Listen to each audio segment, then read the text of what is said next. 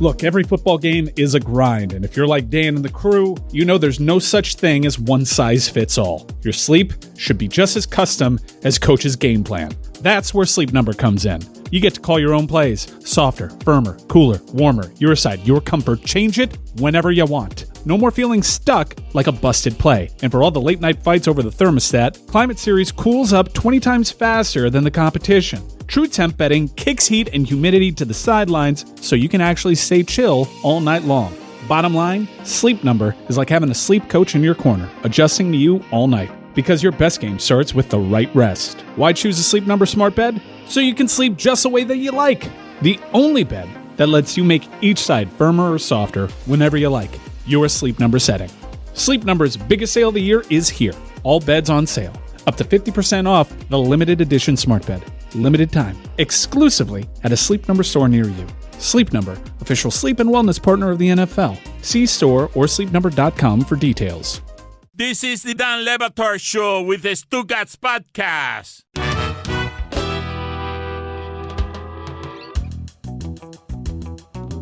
This episode is presented by DraftKings. DraftKings, the crown is yours. Okay. Stugatz, how you feeling this morning? You doing all right? Feeling pretty good, yeah. It's good to have you here again. Thank good you, to see you again. Thank you for having me on your show. I appreciate it. That's not my show. Don't do that. That is not my show. I love ZLS. What's the matter with you? ZLS. I like that. Jessica Smetana joining us now. Hello, Jess. How are you this morning? Hey, Zaz. You should know, Smetty, that Chris Cody just broke into a round of applause all by himself.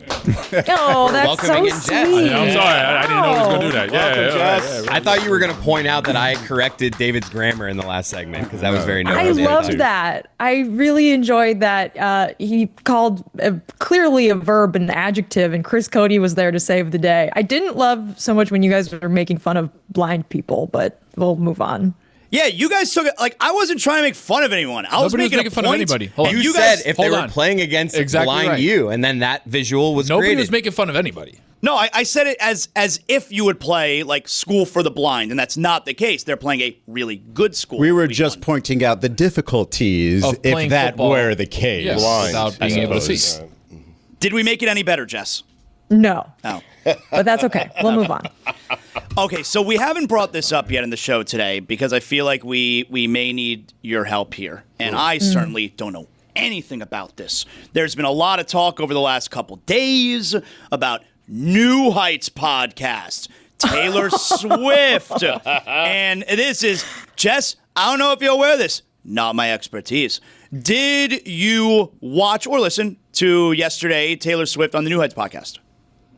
I really didn't know what. I thought this could go any direction. I thought we were going to talk about sex toys again. I thought this could be on the list about the 3 ejections last night in the Sun Sky game. All of those things, well, maybe I shouldn't say I'm more of an expert on, but I'm not a Taylor Swift expert either. However, last night, there was this big delay in the basketball game I was watching, Zaz, and the play-by-play announcer for the Connecticut Sun, I think it's Brandon Glasheen, was saying, I hope you don't tune out during this 15-minute long review of this call and turn on the Taylor Swift interview. Please stay with us. And I was Why would he even say that? That's a good idea. It's a terrible job by him. It was the longest review of any play. And this is coming from a league where the officiating tends to be more frustrating than any other league. But anyways, so I was like, you know what? That's a good idea. I'm going to turn on this Taylor Swift thing and see what the buzz is about because I had heard about it. I didn't really know what was going on.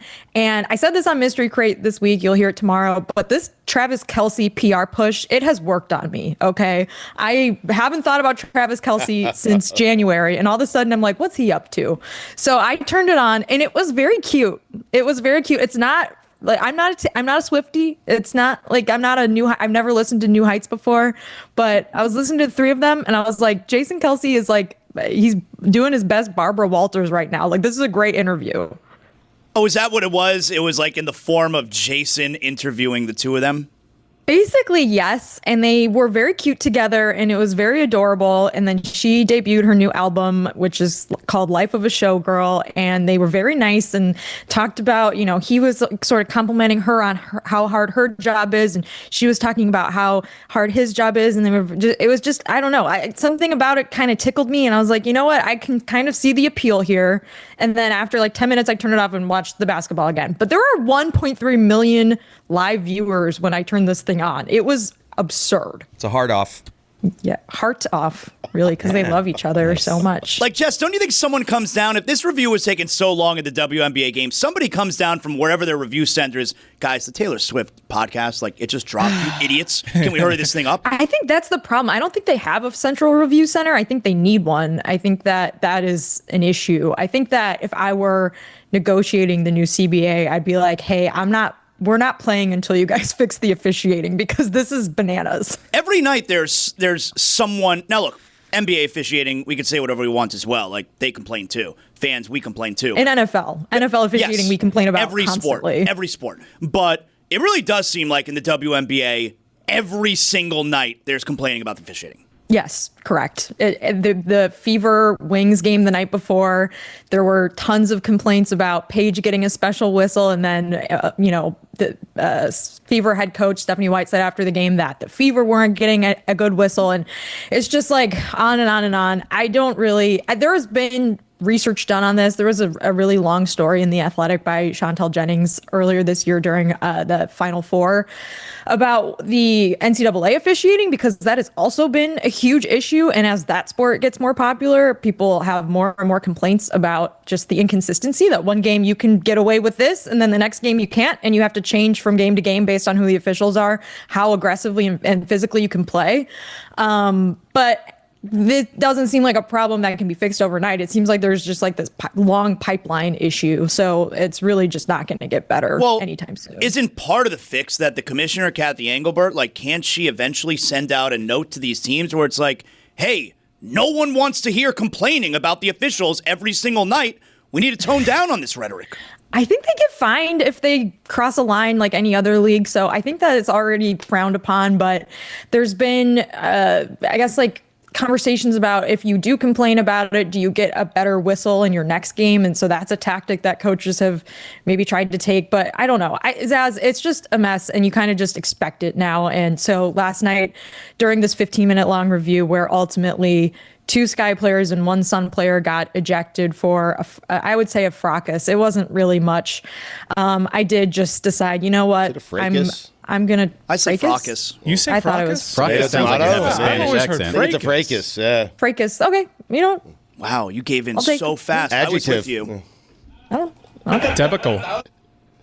Jess, the old adage is if you have 2 quarterbacks, you don't have one. Now, we found out officially the Sunday night Week 1 game at Hard Rock Stadium between Notre Dame and Miami will be a top 10 matchup. Both teams in the top 10. Yeah. And right now, from what I'm reading, Notre Dame has a legitimate quarterback battle. Everyone thought that C.J. Carr was going to be QB1. It seems like he's getting pushed by Kenny Minchey. Are you worried about this, or do you think that, hey, we have 2 good quarterbacks? Echoes. I don't know why there was so much certainty going into preseason camp that it would be CJ Carr. I think that the vibe was that it's, maybe he's the favorite just because I think there's a expectation that his ceiling is higher, but he is a younger player than Kenny Minchey, and Kenny Minchey does have more of a mobile aspect to his game that CJ Carr doesn't have, and so with the offensive coordinator being Mike Denbrock, who's was the offensive coordinator of Jaden Daniels and a number of other mobile quarterbacks, Riley Leonard last season, that might be something that helps a player who has neither of them have started in a college football game before. So I don't it seemed like it was already a quarterback battle to me, and maybe just the national media perspective was that it was more one-sided and that it was just kind of a formality to do it this way. But I wouldn't say I'm worried. I would say you kind of just have to trust that the coaches make the right call, because Notre Dame is going to run the ball a lot. They have a really good tight end that they have a lot of faith in going into this game, Eli Reardon. They have Jeremiah Love and Jadarian Price returning in the backfield. The offensive line should be really good. So I wouldn't say that it's like I'm panicking by any means, but it certainly is. It's interesting because like this is, the first season Notre Dame's had a quarterback battle in a long time. The last couple seasons they've taken these like longtime starters out of the portal. And so this is just, and again, like this is something that like, it's going to be like this for a lot of college football teams this year. The COVID players are all gone. There's going to be a huge variation in quarterbacks in college football because players don't have COVID years anymore. You're not going to get a Dylan Gabriel coming in on a really good Oregon team and just swooping in and running the playbook. Like there's not a 5 and 6 year players anymore, Zaz. There's going to be a lot of quarterbacks debuting this season, and more likely than not, the quarterbacks that you're going to watch in the playoffs, a lot of them are going to be first year players, I think. Jess, what's your plan for Miami Notre Dame? I don't have a plan. I'm just going to watch the game. Like you're not coming down? Oh, no. Oh, well, you said that like you hate Miami. She doesn't really like it here, Zaz. I don't know if you know this. Abhorrent. I mean, I was just there. Like, I don't need to come back already. All right. Notre Dame. Sounds Team, scared. right? Yeah. Sounds scared to me. I was at Hard Rock like, I don't know, how many months ago was that? Like 4 months ago for a game? I don't need to go back to Hard Rock. No, sounds scared specifically to relive 2017, the greatest night of our lives. That's sad. I'm sorry. That was the greatest night of your life. Jess, a loss that night hurts more for which team? I don't think it hurts either team that much, to be honest. I think that Miami still can win the ACC, even if they lose to Notre Dame, and then they're in the playoff. Even if they lose maybe one other game, they could still make it to the ACC championship game, depending on who that is too, obviously. Notre Dame, I think, if they lose to Miami, there's more pressure to beat Texas A&M in week 3.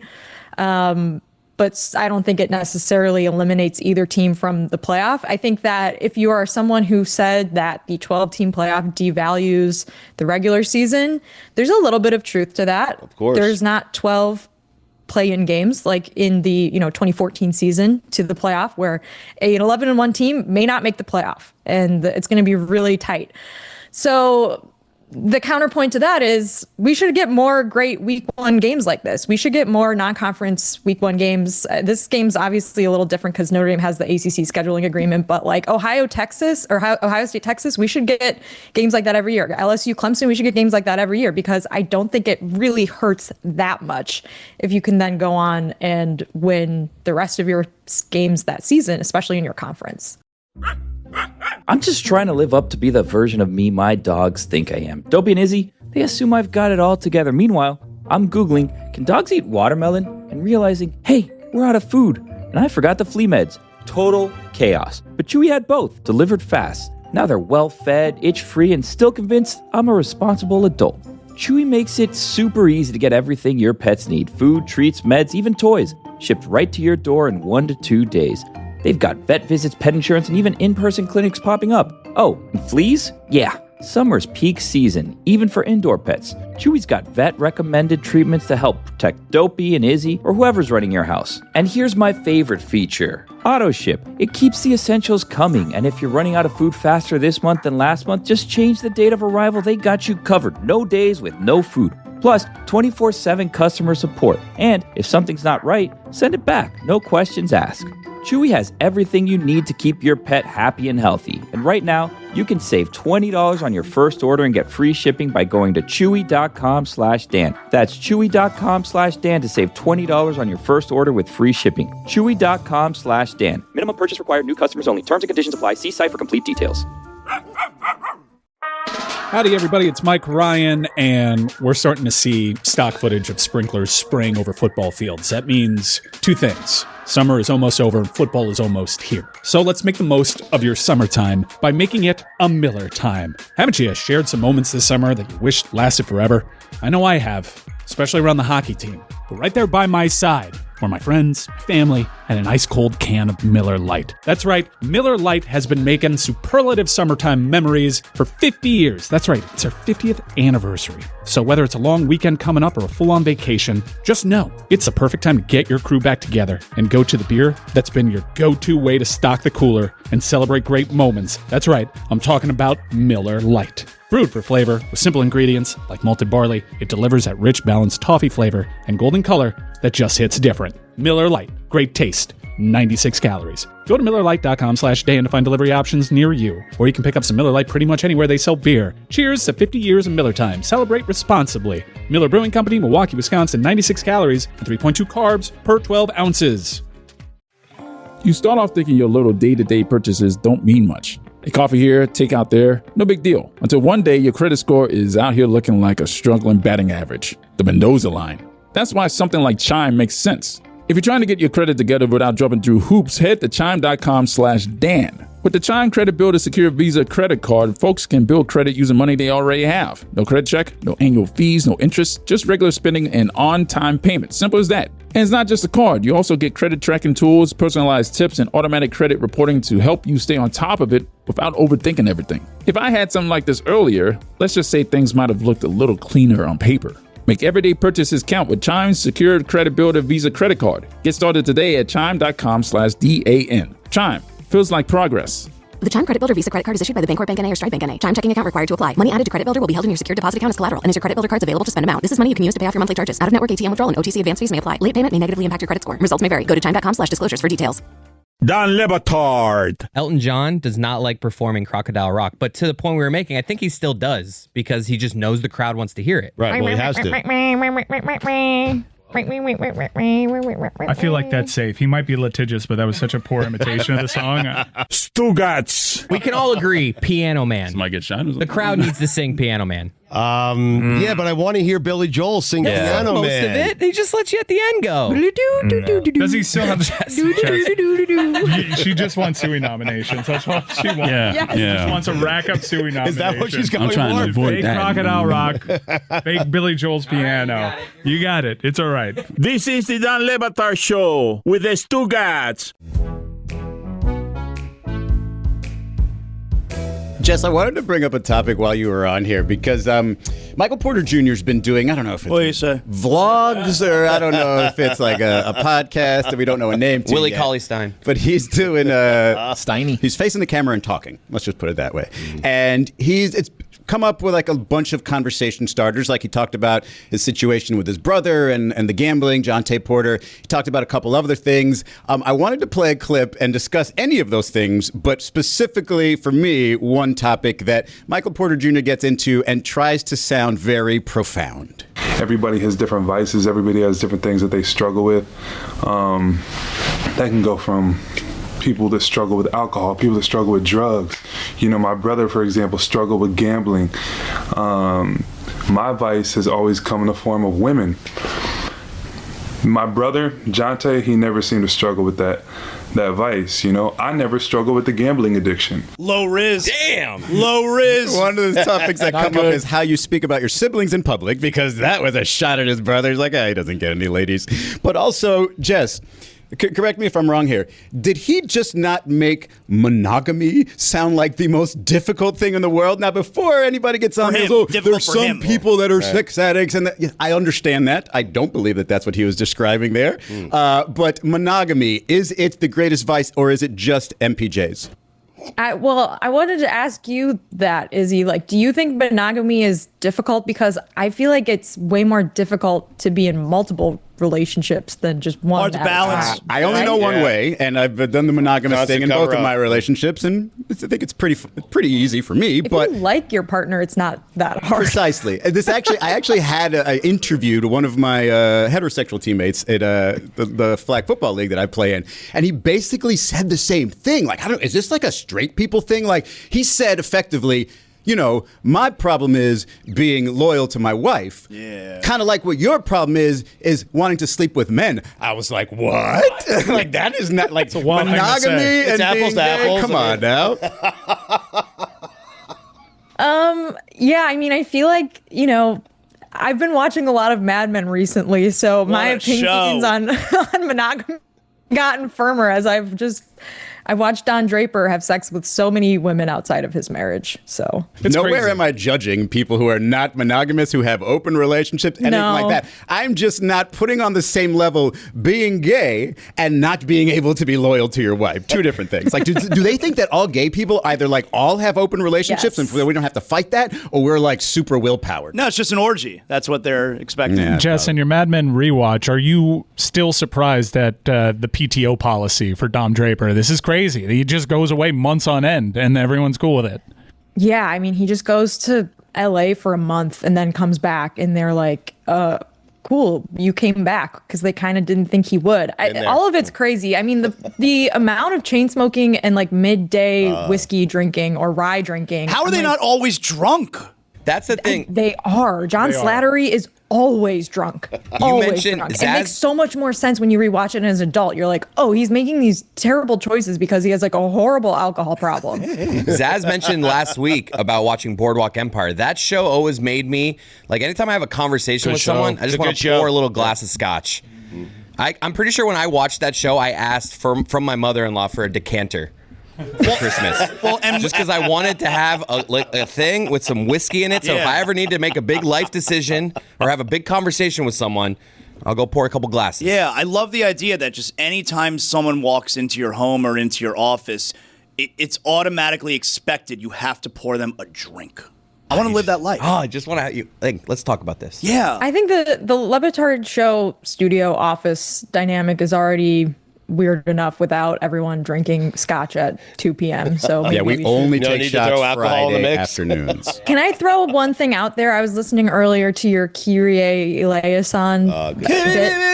I was like, what? So I don't know that song, but I was like, I know that phrase, and I think it's from church. And then I remembered it's from Monty Python and the Holy Grail. It means the Lord have mercy, and it's part of like a chant that Christians say. And reggae artist as well.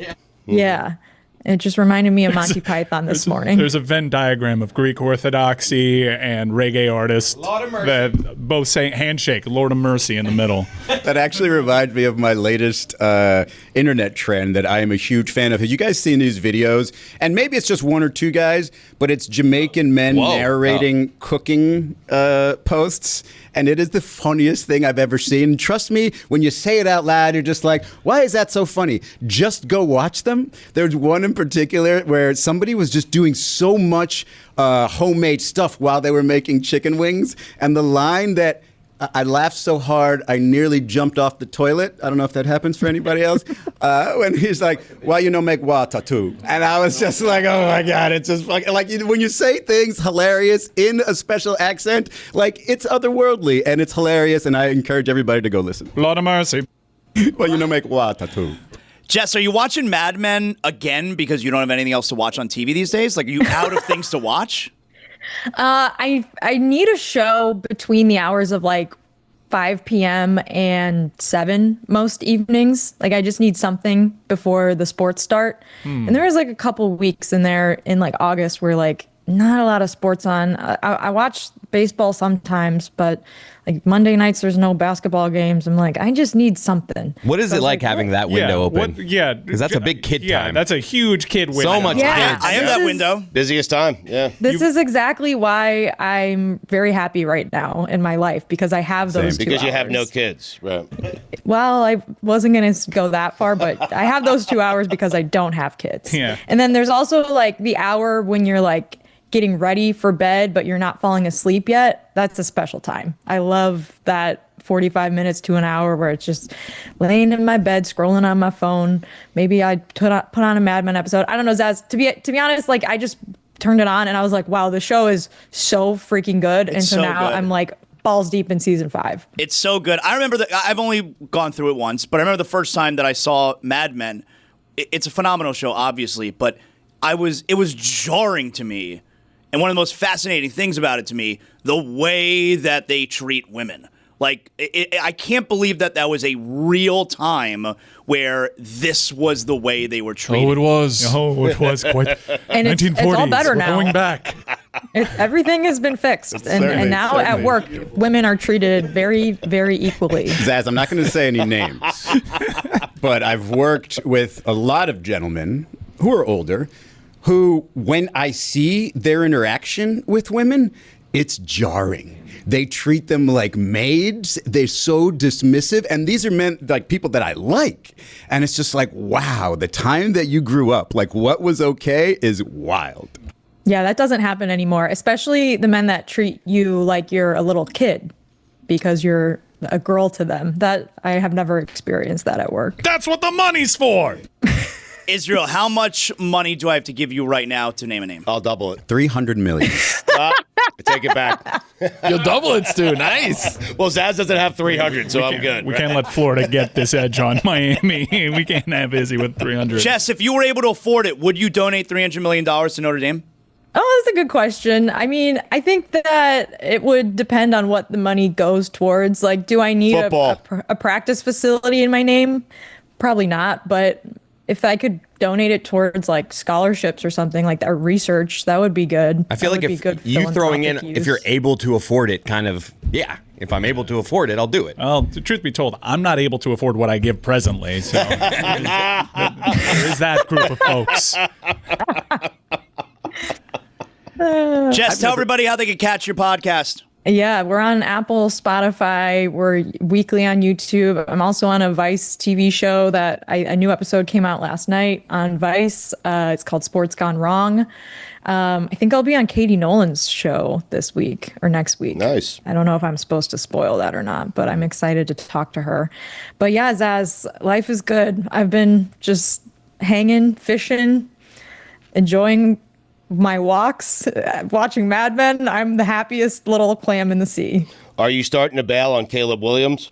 I was never really that bought in on him to begin with, right. But I think my opinion of him is the same. I think he could work well if he had a coach and a offense that worked with him and what he's good at. And it remains to be seen if the Bears can pull that off. How do you feel about hated rivals coming over to your franchise? Because I know it was always, being a Browns fan, I always disassociated, but there was like it was a big deal when Braylon Edwards became a Cleveland Brown because there's so much shared fandom between Buckeyes and Browns fans.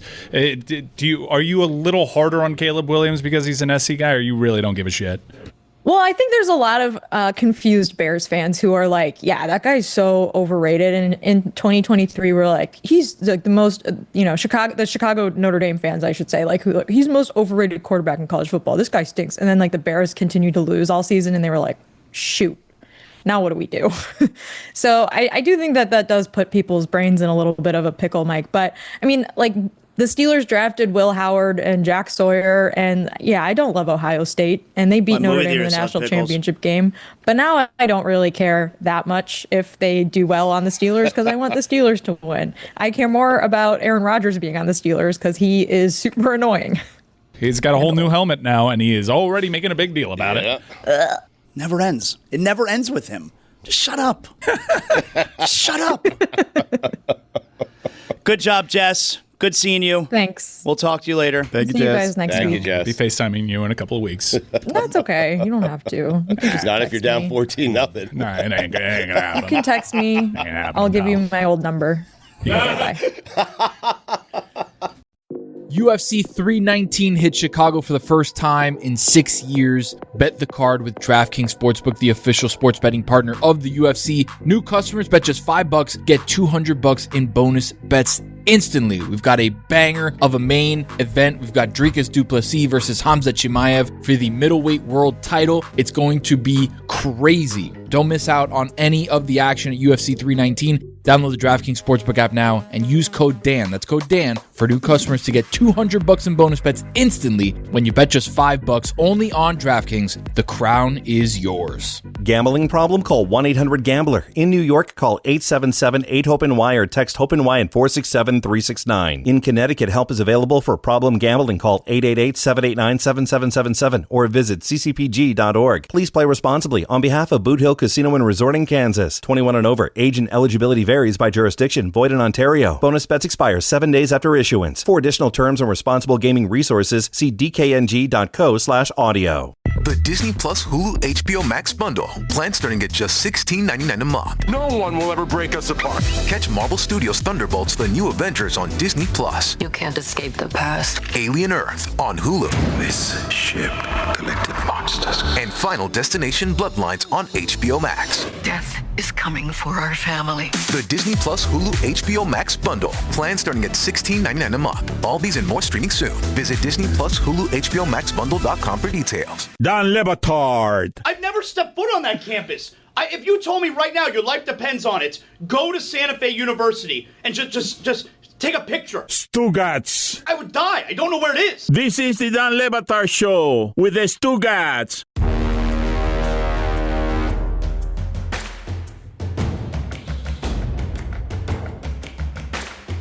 Mike, where do you watch the game from? Like, where you like? You're not in like a suite or anything, right? 50-yard line. Buddy, he's in a suite. He's high atop. Is he really? He's got those seats with the names on it. Me? He's got TVs in his seats. Yeah. He watches other games in his seats. I got the leather couch seats. Okay, hold on. Oh, you're in like Club 72. You're saying? Yeah. Ooh, yeah. I've never been in that. That's nice. You're asking him to go right now, aren't you? See, you're on the short list for the Gator game. I know you went to Santa Fe. Ooh, yeah.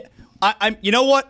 See, now you're saying things that are going to insult me, and I don't feel like that's a direction I want to go in right now. Okay. That week you went to Santa Fe. Yeah.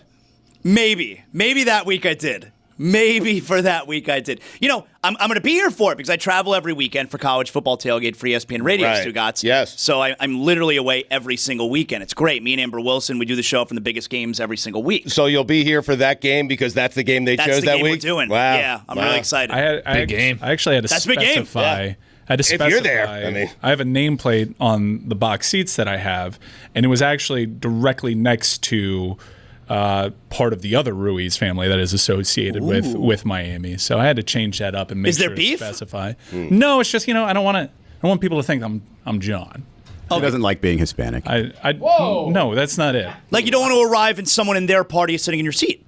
Right. Well, I also contribute a lot every year. No, I understand. You know, whereas some other people just like to get that shine. Oh. But Do you want to name any names? No, I mean, He did. Someone name a name. He literally just did. I already kind of did. Yeah. So I specify Mike Ryan, Cynthia, Juliet. Yeah, we So get the you have names on there. 3 seats? I did I have 4. You have 4? Yeah, 4 leather John couches. Zaslow could be one of them. Wow. Could be. I don't know if you heard. I'm going to be in town for that game. Yeah. We already the comp it does get the competition does occasionally get fierce amongst the friends, but All right, we've already I'm not settled gonna bring on- it up again. We've already settled on the Notre Dame. You're on a week short one. list. Yes. I mean, what else can you ask for? Yeah. And if I could just add one more thing, it's the only weekend I'm in town. All right. That's what I'm saying. That's what I'm saying. All right, you're on the short list. If you indeed went to Santa Fe, then that is going to be a big one. I might have went to Santa Fe that week.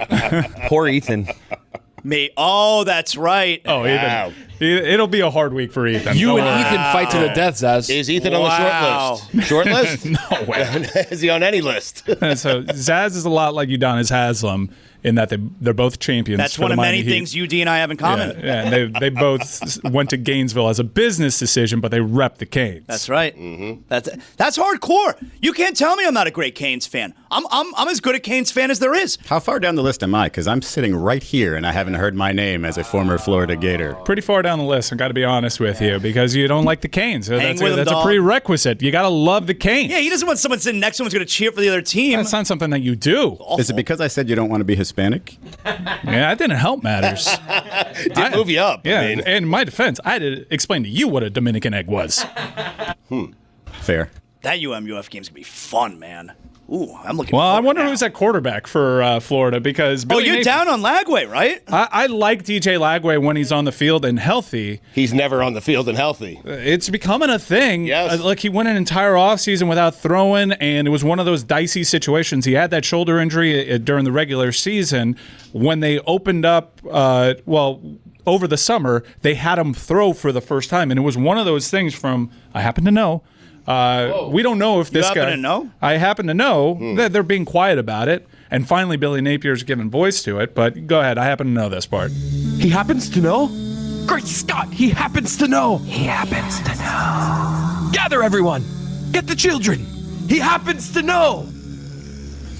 So wise. So the first time he threw over the offseason, everybody at Florida was waiting with bated breath because we don't know if he actually can play this season. He may need to get the surgery. Now, it appears like he's toughing it out because he threw and he didn't get the surgery. He's dealing with this other calf strain injury, which in the NBA is like, we got to watch out for the calf strain because that could lead to an Achilles.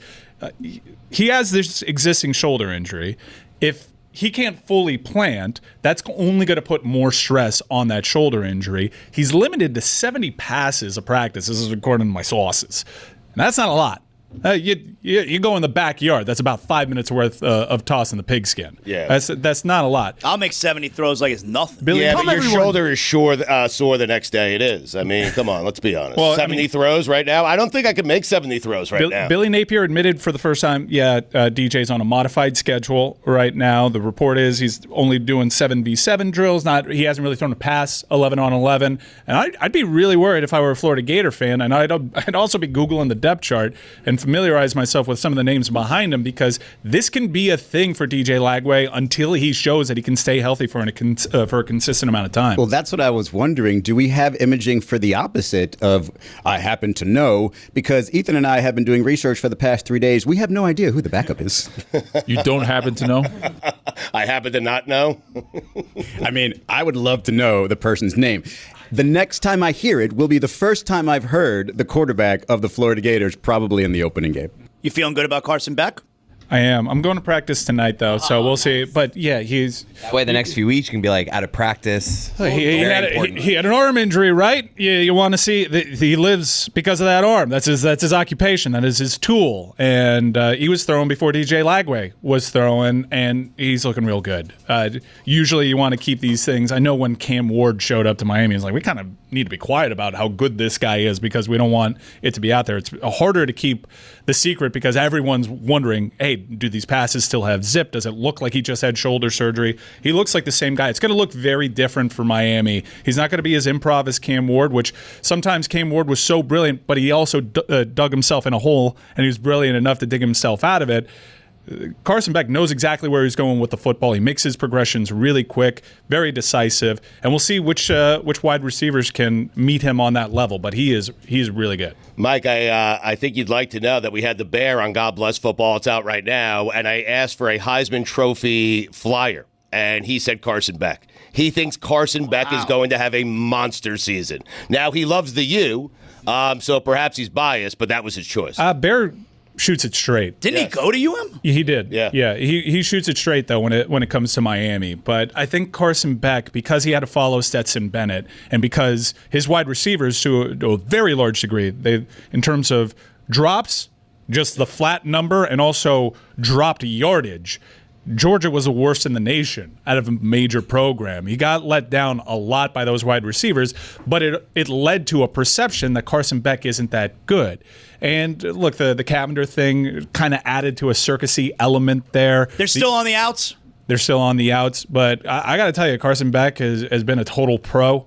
He went to media day, knocked that assignment out of the park. He's a better leader than what was led on to believe. And a lot of people thought he was a bad leader at Georgia because when Gunner came in, everyone's like, this is the team's guy. Different leadership style, but a more mature guy. This is part of that, I mean, it did, look, I'm on the outside looking in, but part of that, when Gunner took over, it did seem like the team liked him better. Yes, it did. But this is a different setup down here in Miami. They got used to Cam Ward's type of leadership style, which was accountability. But Carson Beck is better than advertised in terms of leadership. He's out there. He's talking to the guys. He's developed his handshakes. He seems like to be like he's getting along well. That's important. It is. It is building up a camaraderie with your wide receivers, especially when you have some questions about the wide receivers. Like when you say develop the handshakes, it's like LeBron where he's got a different one for all his teammates. That's right. How do you remember? That's one of the things that you look for in practice, Zaz. If a wide receiver has a special, unique handshake with the quarterback, you go to your notes app, you write that one down. You know what I find very difficult in assessing quarterbacks is differentiating between somebody who makes quick decisions and somebody who predetermines their throws? Because obviously, unless you're inside of the brain of the quarterback, you don't know if they said, I'm definitely going to go here on this pass. But the guys who make those quick decisions all the time, whether it be Tua or whether it be Carson Beck, as Mike is telling us, sometimes I wonder, is that just a predetermined throw that was successful? In college, maybe you get away with it better because your talent somehow is maybe a little bit higher than the opponents that you're playing. But that's the most difficult thing for me. When somebody says this guy makes quick decisions, I wonder if half of those throws were just not predetermined. The ball comes out at an NFL type of rate. I understand that, but I think it's amplified because of Cameron Ward's because he did the opposite ability in the pocket. And Miami still has a very good offensive line. They are very deep there. David Lake for 247 Sports wrote a great article in that we can have our questions about the wide receiver room all you want. You can win a national title with what is viewed as a non-elite wide receiver room. But to win a national title, you need to be really good at corner. You need to be really good in the trenches, D-line, O-line, and at quarterback. Miami's checked all those boxes. Carson Beck is, according to DraftKings Sportsbook, Carson Beck is tied for 6th as far as odds go, shortest odds to win the Heisman. What are the odds? Do you want to guess what Beck is? If he's tied for 6th, do you want to guess what it is? When you get those standalone TV windows, we saw this with Cam Ward when he got the SEC 330 window week 1.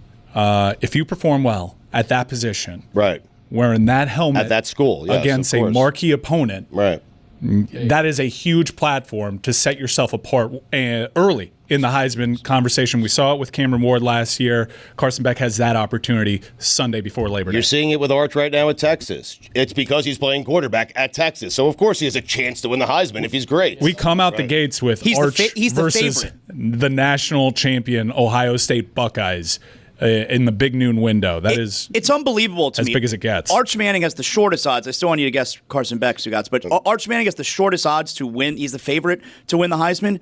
He has no collegiate resume. No. Has this ever happened in the history of college sports? Well, he did come in for a couple of games. Oh, get out of here! It's against UL Monroe and UT San Antonio and Mississippi No, but I think State. that's what me and Mike are talking about. There was a time where if you just played quarterback for Florida State, you were in the Heisman conversation because but without any resume, without any resume. experience. Yes, I mean whoever the next Florida State quarterback was going to be in that conversation before the season started. Yeah, Florida also had that. Yeah, Florida had that reputation. Well, maybe not favorite. When Spurrier there. What's funny, especially when you consider the narrative that was around Mario Cristobal, and I think to the uninformed still there, this guy's a quarterback killer. If Carson Beck gets drafted next year, there was a time last year where he was thought that he was going to be the number 1 overall pick, Carson Beck. He was the odds-on favorite. He was the odds-on favorite last year entering the league, entering the college football season to be the number 1 pick. Yep. And then he had what is considered to be a season not up to their standards, and then he got hurt, and he came back. He was going to enter the NFL draft, decided against it to come to Miami, much like Cam Ward there. But if he does progress to be a high-round draft pick and start next year, that means Mario Cristobal has 10% of the starting quarterbacks in the NFL. Not bad for a guy that was reputed to be a quarterback killer. How much... Might want to win soon. How much do you think it played a role in Carson Beck coming to Miami if a year ago he was Heisman favorite, possible number 1 overall pick in the draft, when the time comes, and it all falls apart from last year, but you see what happened with Cam Ward, and Cam Ward has the season that he had, and he goes number 1 overall in the draft. Like, did that play any role to Carson Beck choosing to withdraw from the draft and go to Miami? You have proof of concept. Everyone saw that.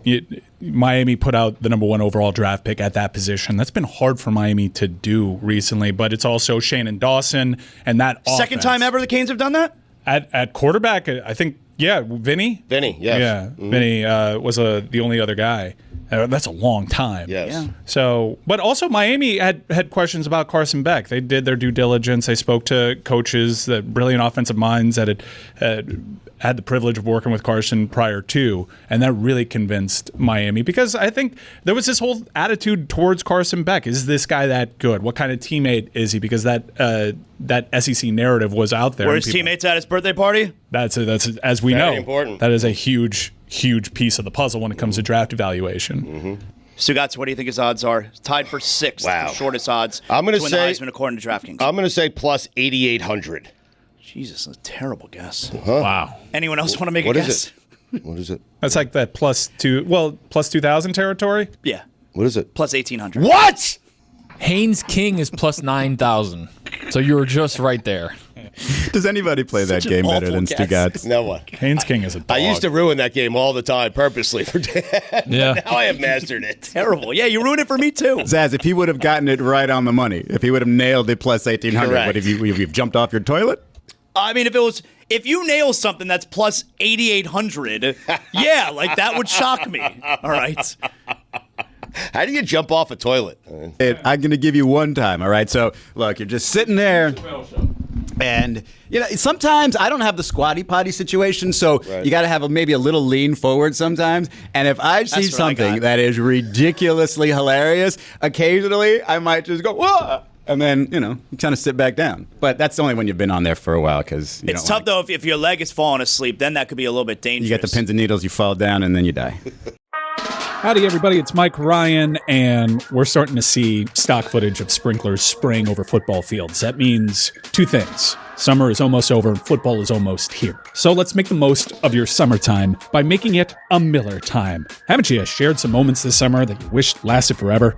I know I have, especially around the hockey team. But right there by my side were my friends, family, and an ice-cold can of Miller Lite. That's right, Miller Lite has been making superlative summertime memories for 50 years. That's right, it's our 50th anniversary. So whether it's a long weekend coming up or a full-on vacation, just know it's the perfect time to get your crew back together and go to the beer that's been your go-to way to stock the cooler and celebrate great moments. That's right, I'm talking about Miller Lite. Brewed for flavor with simple ingredients like malted barley, it delivers that rich, balanced toffee flavor and golden color that just hits different. Miller Lite, great taste, 96 calories. Go to MillerLite.com/Dan to find delivery options near you, or you can pick up some Miller Lite pretty much anywhere they sell beer. Cheers to 50 years of Miller time. Celebrate responsibly. Miller Brewing Company, Milwaukee, Wisconsin, 96 calories and 3.2 carbs per 12 ounces.